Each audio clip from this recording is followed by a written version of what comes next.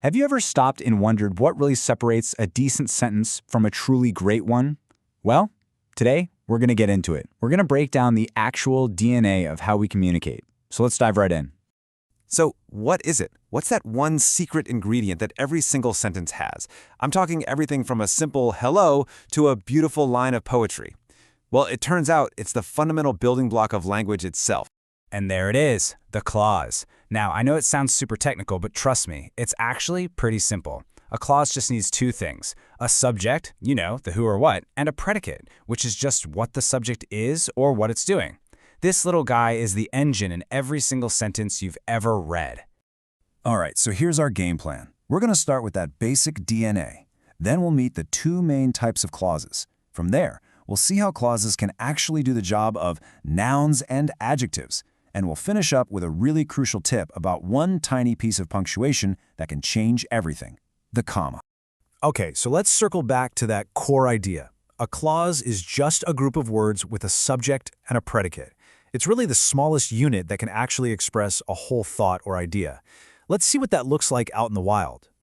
And here's what's so cool about clauses. They're incredibly versatile. So in this first example, when we arrived in Srinagar is a clause. But you can see it's just one piece of a bigger sentence.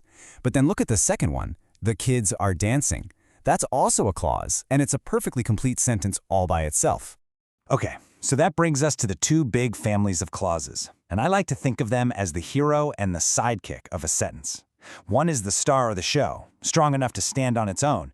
And the other one, well, it's there to help out and add all the important details.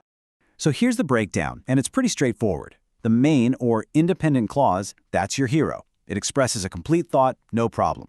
But the subordinate or dependent clause is the sidekick. Yeah, it's got a subject and a predicate, but on its own, it just doesn't make sense. It needs its hero to complete the thought. Okay, your turn. Take a good look at this sentence. Can you spot the hero and the sidekick here? You've got two different clauses doing their thing, but which one can stand on its own and which one feels a little incomplete? Let's pull it apart. I like the film.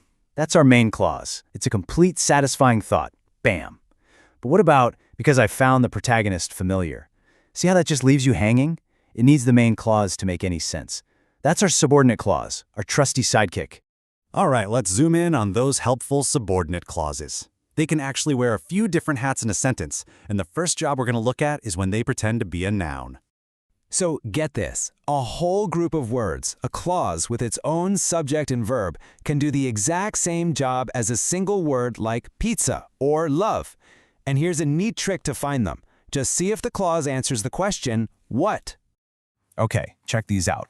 In the first one, I know what. What is bothering him? See, that whole clause acts as the object. In the second one, what turned out to be true? What she said. In this case, the clause is the subject of the whole sentence. It's such a powerful and, honestly, efficient way to build a sentence.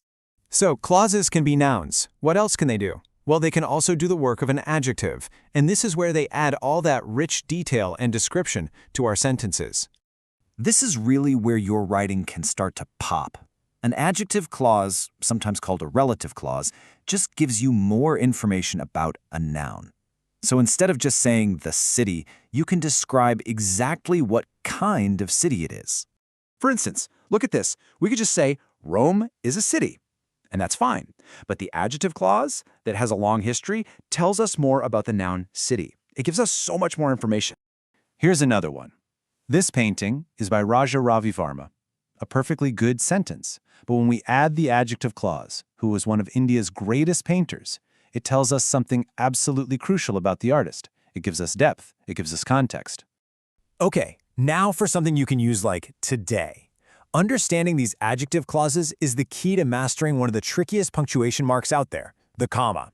Sometimes just adding or taking away a single comma can completely change what you're trying to say. So here's the critical difference. There are two types of these adjective clauses. A defining clause gives you essential information. You absolutely need it to know who or what I'm talking about. And because it's so essential, you don't use commas. But a non-defining clause, that's just extra information. It's a fun fact, a little bonus detail, so you wrap it in commas to set it apart. Let's look at this sentence. My uncle, who lives in Nasik, is a writer. Notice no commas. This means the clause is defining.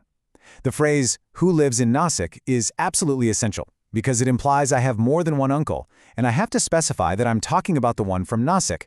Now, watch this. We add a couple of commas. My uncle, who lives in Nasik, is a writer.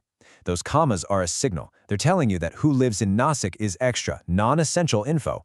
This sentence now implies I have only one uncle, and I'm just adding a nice little detail about where he lives. Same words, totally different meaning, all because of commas. And hey, don't just take my word for it. As the source material says, the presence or absence of that comma can create a completely different meaning. That's a whole lot of power for such a tiny mark. All right, let's wrap this all up. What are the big takeaways? 1. A clause is your basic building block, subject plus predicate.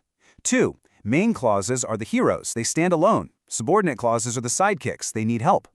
3. Those sidekicks can act as nouns or adjectives to add more detail. And finally 4. Commas are your traffic signals. They tell the reader if information is essential or just a nice little bonus.